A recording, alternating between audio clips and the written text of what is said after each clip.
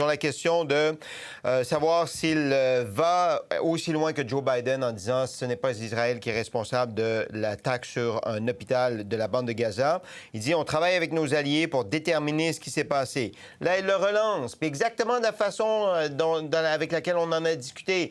Mais vous avez des alliés qui ont des preuves, eux. Est-ce qu'ils ont partagé ces preuves-là? Les avez-vous vues? Puis là, il dit, oui, il y a certains éléments préliminaires, mais il faut attendre avant de tirer des conclusions fermes au sujet de ce qui s'est passé lors de l'attaque de cet hôpital. Françoise, vous appeliez M. Trudeau à ajuster son discours tout à l'heure. Avez-vous l'impression qu'il l'a ajusté ou vous restez un peu sur votre appétit? Bien, à au moins répondre aux questions. Alors, j'ai mes réponses et il a quand même répondu. Mais on sent que c'est laborieux. Et je peux le comprendre, hein, parce que c'est une situation hautement explosive. Il y a des communautés des deux côtés, de plusieurs côtés. Ici, il s'est fait fort de mettre cette table-là en tout début de sa réponse, en disant ça a des impacts sur beaucoup de communautés ici. Donc, ce que je traduis, parce que c'était une réponse, mais c'était peut-être pas super limpide, c'est que compte tenu de l'impact que ça peut avoir ici, on va être très prudent avant de conclure. Et les informations, parce que oui, les renseignements nous ont été transmis, j'ai pu les regarder, mais je ne conclurai pas de façon formelle. On continue à travailler là-dessus. Fait que c'est la réponse qu'il donne, mais au moins, c'est une meilleure réponse que ces deux députés en Chambre hier. Voilà, on avance, mais la prudence le guide quand même, Michel, de toute évidence. Là, il n'utilise même pas, il va pas aussi loin que M. Biden, même d'utiliser au conditionnel Israël ne serait pas responsable. Il délibère encore, Michel. Oui, mais en même temps, là, tu sais, on n'est pas dans le secret des dieux, là. Je suis convaincue qu'il y a énormément d'informations qui arrivent à chaque jour, là. Alors, il y a plein de choses que nous, on ne sait pas, que lui sait. Mais Sébastien, il n'y avait rien qui empêchait Mme Gould de répondre ce que M. Trudeau vient de répondre. Exact. C'est un manque de communication hier, absolument. Il n'y a rien qui empêchait ça. C'est un manque de communication interne très grand, parce que on sait que le lundi, M. Trudeau était probablement pas à la Chambre des communes hier. Donc, quand soit la vice-première ministre ou la leader en Chambre répond, elle répond au nom du gouvernement, mais tout ça doit être attaché avec le bureau du premier ministre au niveau de la communication. Souvent, ils lisent le papier à la Chambre des communes. Mais honnêtement, il n'y a rien qui empêchait cette dame, ces deux députés qui ont répondu, de répondre ce que M. Trudeau nous répond aujourd'hui. C'est ça qui est un peu désespérant dans les communications du gouvernement Trudeau. Dimitri, vous décodez ça comment? Bien, je pense que c'est la bonne réponse à donner.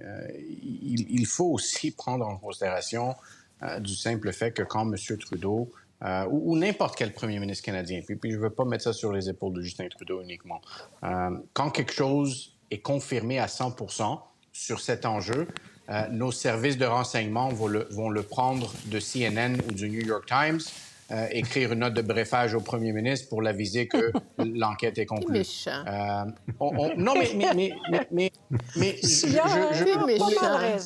mais je vous l'ai dit en toute sincérité, c'était les notes de brefage que moi aussi je recevais, par exemple, quand il y avait la crise en Libye ou en Tunisie.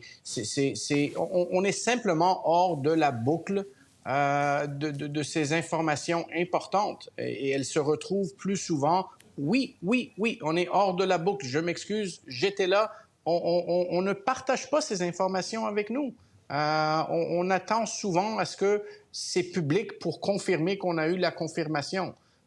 Donc, je suis beaucoup plus à l'aise avec la déclaration du premier ministre aujourd'hui.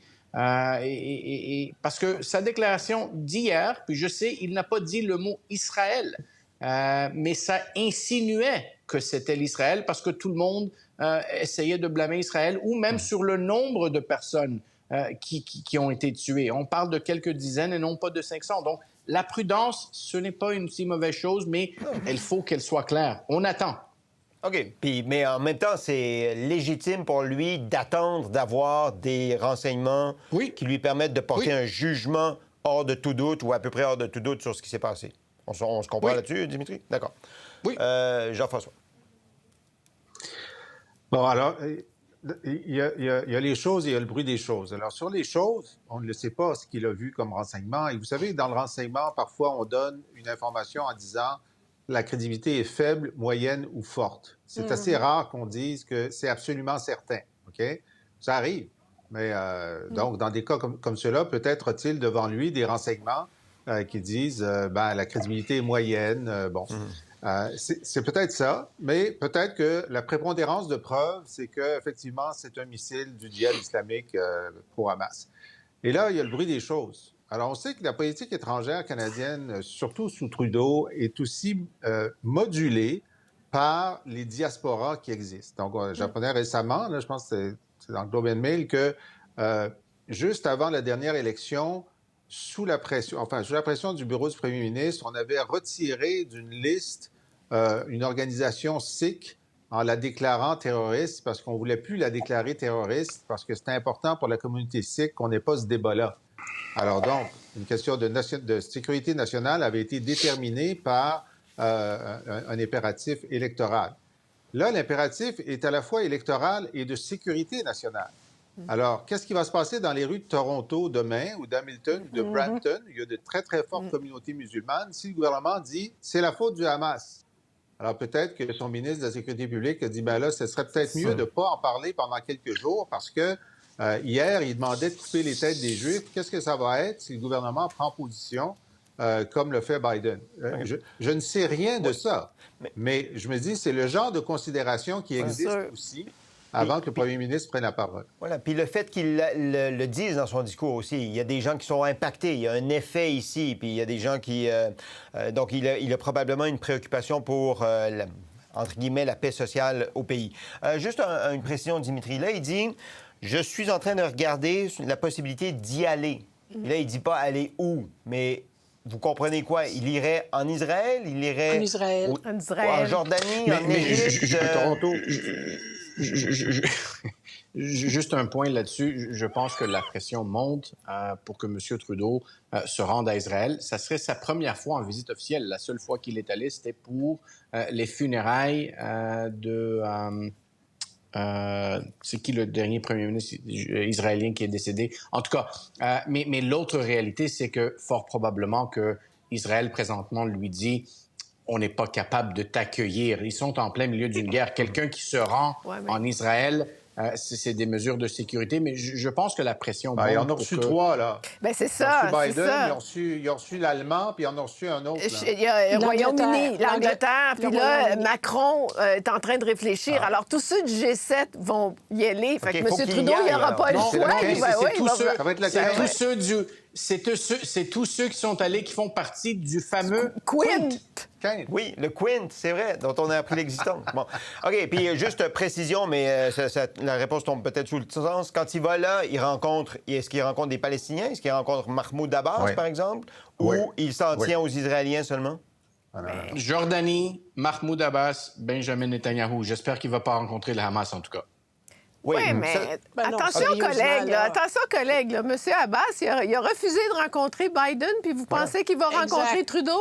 Justin Trudeau, Mais peut-être qu'il doit faire la demande. Toi. OK, à tout le moins, il fait la demande. Mais OK, vous entendez tous sur le fait qu'il doit essayer de faire une démarche auprès des Palestiniens, s'il y va. Moi, pas du tout.